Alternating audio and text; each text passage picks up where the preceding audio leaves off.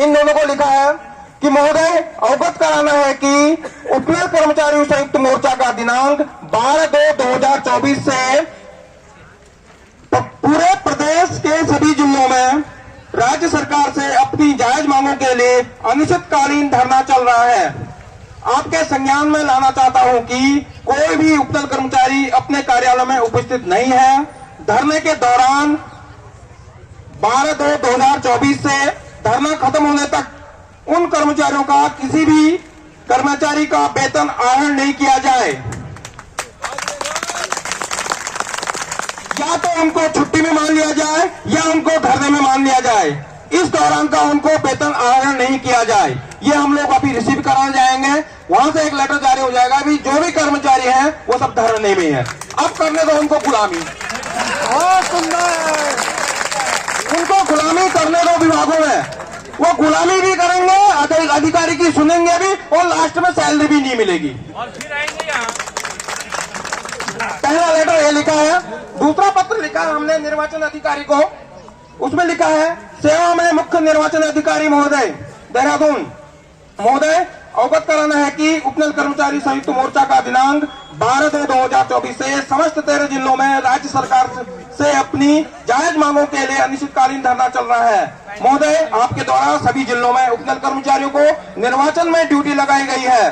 महोदय आपसे निवेदन है कि हड़ताल के दौरान उपनल कर्मचारियों को निर्वाचन की ड्यूटी से अवमुक्त किया जाए, और निवेदन है आप अपने माध्यम से राज्य सरकार को पत्राचार करके हमारी मांगों को अति शीघ्र लागू करने के लिए अवगत कराएं, ताकि हमारे उपनल कर्मचारी पूरे मनोयोग से 2024 निर्वाचन और आगामी अन्य निर्वाचनों में ड्यूटी कर सकें।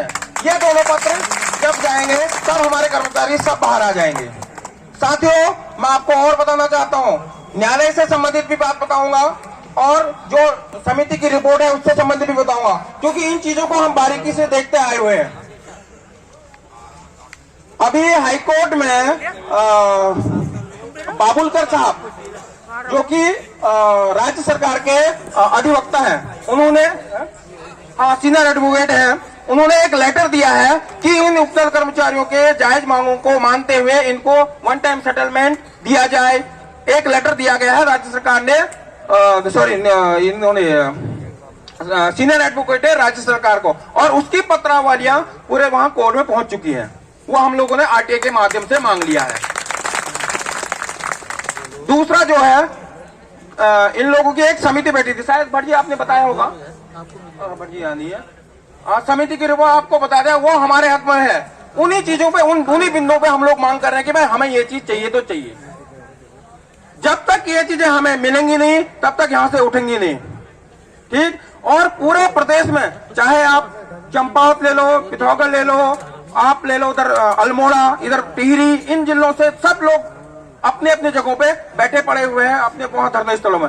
कल तो पूरा मुख्यमंत्री का कैंप कार्यालय, देखो मैं चंपावत से ही हूँ, मुख्यमंत्री का कैंप कार्यालय जो है पूरा घेर रखा था, वो उठने को तैयारी नहीं था। मैं आपको बताता हूँ, चंपावत में आपके थोड़ा सा आपने संज्ञान लिया होगा, पुराना एक इतिहास रहा है कि जब आजादी के समय में कालू मेहरा, इन लोगों का नाम आपने सुना होगा कि वो बड़े उस टाइप के थे करके, लड़ाकू बेड़ाकू टाइप के, आपने सुना होगा। वो लोग वैसे ही हैं वहाँ।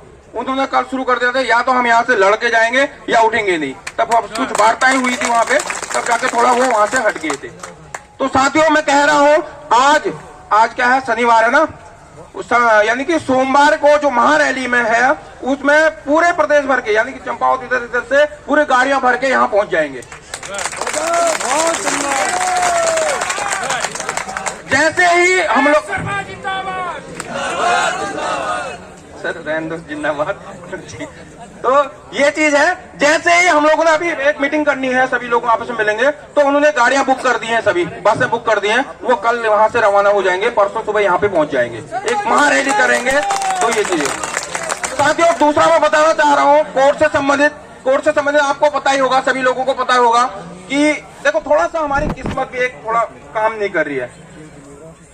कुंदन सिंह केस आपने देखा ही सुना ही होगा, सब लोगों ने सुन रखा होगा। उसका जो भी कार्रवाई चल रही है वो हम लोग कर रहे हैं, साथ में सभी लोग सहयोग कर रहे हैं, आप लोग सहयोग कर रहे हैं, हमारे साथी लोग, भटजी लोग, सभी सब लोग सहयोग कर रहे हैं, और आप लोगों का सहयोग तो काफी है ये।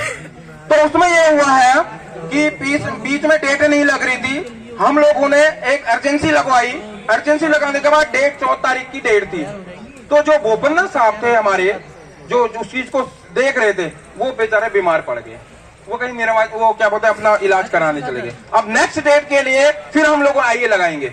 जैसे ही डेट आएगी, देखो हम रोड से भी नहीं चढ़ेंगे, हम ना कोर्ट से छोड़ेंगे। रोड में तो हम बैठे ही बैठे हैं और कोर्ट से भी नहीं छोड़ेंगे हम। हमने सरकार को घेर रखा है और सरकार पे इतना दबाव है, इतना दबाव है, अभी वो बार बार वार्ता के लिए बुला रहे हैं। अभी हम लोग गए थे, अभी मैं गया था, भाटिया जी थे और हमारी क्या बोलते हैं गोदियाल जी थे। वहां से इनके फोन आ रहे हैं, यार आप लोग हटाओ, हम लोग वार्ता करते हैं। हमने कहा नहीं, जब वार्ता होगी, रिजल्ट आएगा, तब जाके हमारे कर्मचारी हटेंगे। ये लास्ट हड़ताल समझिए आप लोग, ये लास्ट हड़ताल है। इसके बाद हड़तालें नहीं होंगी। इसके बाद हम लोग अपने विभागों में काम करेंगे, वो भी नियमित रूप से काम करेंगे। आप लोग साथ दो, आप लोग साथ दो तो हम पीछे नहीं हटेंगे और ना हटने वालों में से हम। आप लोग हट भी जाएंगे तो हम भी नहीं हटेंगे यहाँ से।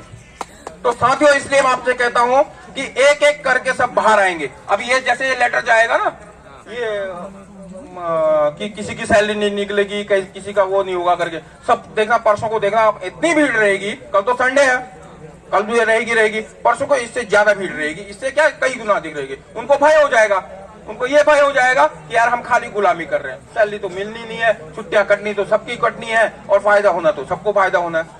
इसलिए बने रहिए। धन्यवाद। मैं अपनी वाणी को यहीं पे विराम करता हूँ।